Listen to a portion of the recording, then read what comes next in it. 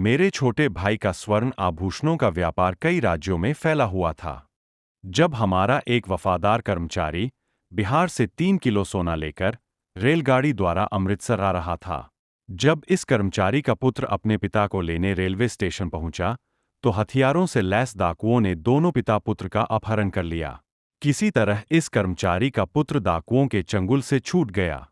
गुस्से में डाकुओं ने कर्मचारी को पीटना शुरू कर दिया। कर्मचारी ने उन्हें हाथ जोड़कर कहा, आपने मेरे से सोना तो छीन ही लिया है, अब मुझे मारकर आपको क्या लाभ होगा?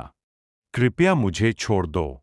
डाकुओं को उसकी बात समझ आ गई और वे उसे बीच रास्ते में फेंक कर भाग गए। मेरे भाई को जब इस डकैती के विषय में पता चला, तो उसके हाथ पैर ठंडे पड़ गए। वह लंबी लंबी सांसें भरने लगा। उन दिनों 3 किलो सोने का मूल्य लगभग 60 लाख रुपए था। यह कोई मामूली नुकसान नहीं था। जब उसने मुझे फोन पर सारी बात बताई, तो मुझे भी फिक्र हो गई। उन्हीं दिनों अमृतसर में दिव्य ज्योति जागृति संस्थान द्वारा एक भव्य कथा के आयोजन की तैयारियां चल रही थीं। मैं आयोजन संबंधी सेवाओं में व्यस्त था।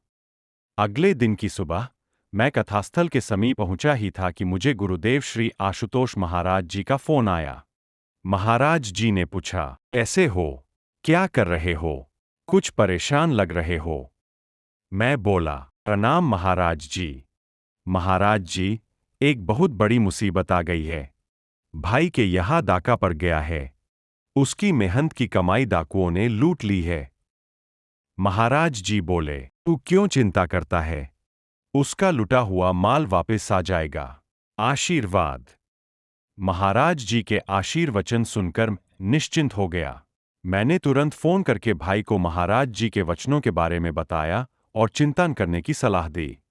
परंतु भाई शांत होने की बजाय गुस्से में मुझ पर बरसता हुआ बोला, मेरे यहाँ डाका पड़ गया है और तू मुझे शांत होने के लिए कह रहा है।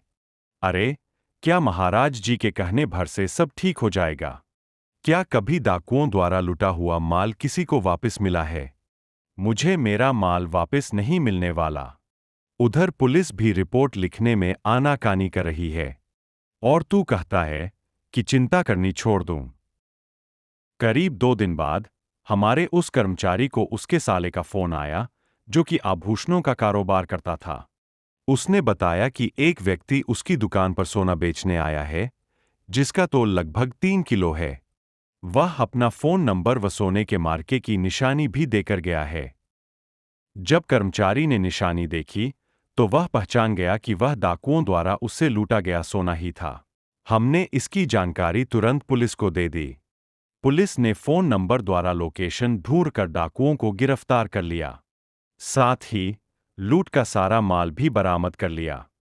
तब मैंने अपने भाई को कहा, देखा, महाराज जी के वचन सत्य सिद्ध हुए न। महाराज जी ने कहा था कि लुटा हुआ माल वापस मिल जाएगा। और देख, मिल गया। नहीं तो कभी ऐसा हुआ है कि डाकू जिसका माल लूटें, उसी के रिश्तेदार की दुकान पर वह माल बेचने आ जाए। भाई अपने कहे पर बेहद शर्मिंदा हुआ और उसे महाराज जी के वचनों के प्रभाव पर विश्वास हो गया।